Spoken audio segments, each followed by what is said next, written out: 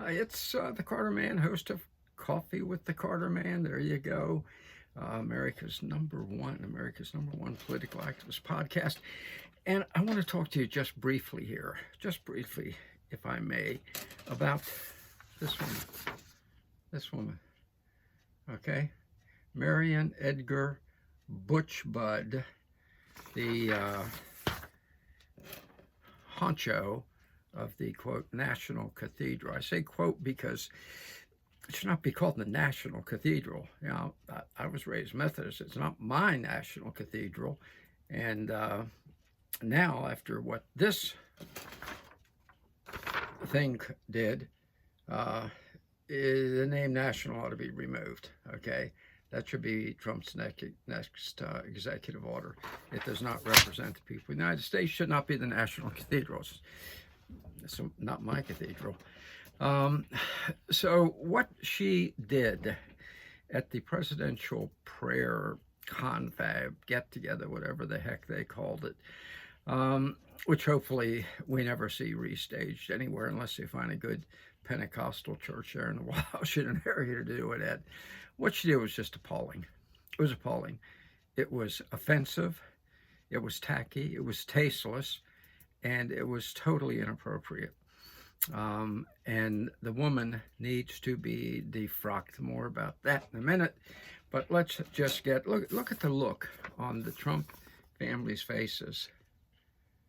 Look at, if looks could kill, the one from Melania there would have caused the woman to rightly, the Bud thing, Butch, as I call her, Butch Bud, to kill over in the pulpit. But all of them are just kind of stunned. Are just kind of stunned, and rightly so.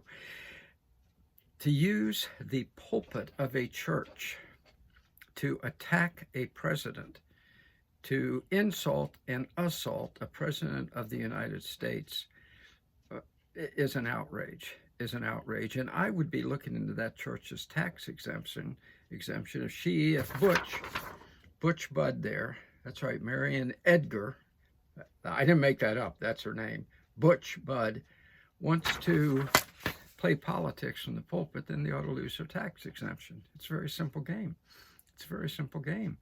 And that is what she most certainly did. Okay, that is what she most certainly did. Now, I know a little bit about the behavior of ministers in the pulpit because my dad was a Methodist minister for 50 years, over 50 years.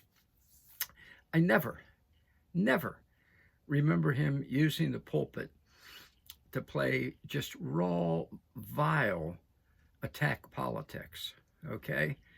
As a matter of fact, he had another message he preached, and it's one that Butch could have preached. She had a national audience, and she could have uttered and emphasized what I always call, for Christians, the 5 most important words in the English language: ye must be born again. That's supposed to be her message. She said, Butch says she's a Christian. I don't know what else she says she is, but she says she's a Christian. So come on, Butch. You had a national pulpit, and you couldn't come up with the 5 most important words in the English language to those of us who are Christians, like you say you are. Instead, she decided that she wanted to speak out on behalf of illegal aliens, lawbreakers, and transgenders, perverts. That was her mission in the pulpit. Okay, so let me make a little suggestion to Butch. Okay, hey Butch, the place where you chose to turn into a political arena, that cathedral there, is 83,000 square feet. So I did a little math, and I checked out the apartments, the average apartment that's owned by some of my wife's illegal alien friends. My wife is a legal, a Honduran who's here legally. She got her citizenship. We're very proud of her, all of us who know her. But a lot of her friends are illegals, and so I checked out their average apartment size, and I did a little division.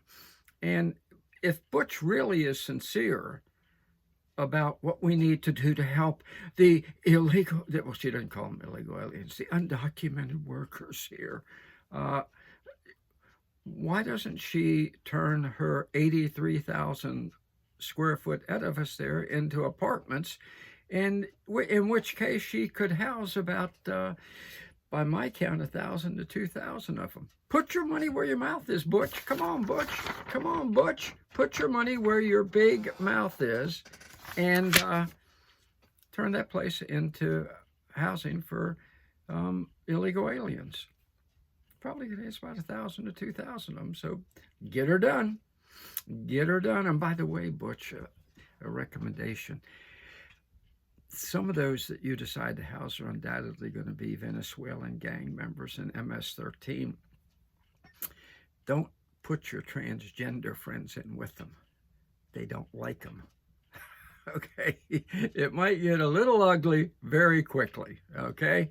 So be a little careful there, Butch. As a matter of fact, maybe you better not walk among them too much, all right? That performance was so sick that you can't say enough bad about it, but I do want to say this. I do want to suggest that you contact the head prelate, at the Episcopal Church. Let me get his phone number for you here.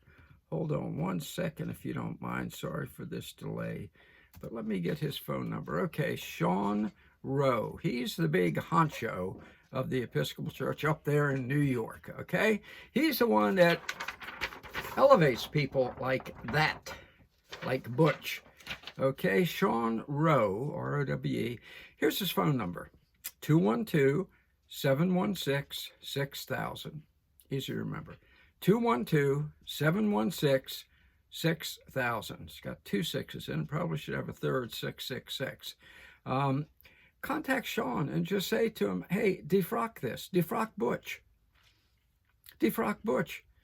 Either defrock Butch or give up your tax exemption, because you let her turn it into a political organization, the National Cathedral. So contact Sean Rowe up there, presiding bishop and primate, in New York, 212-716-6000. Tell him, get rid of it, Sean, get rid of it.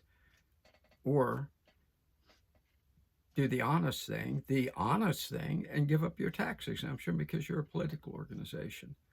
All right? Let's get it done, folks. Let's get her done. Get her done. It's time.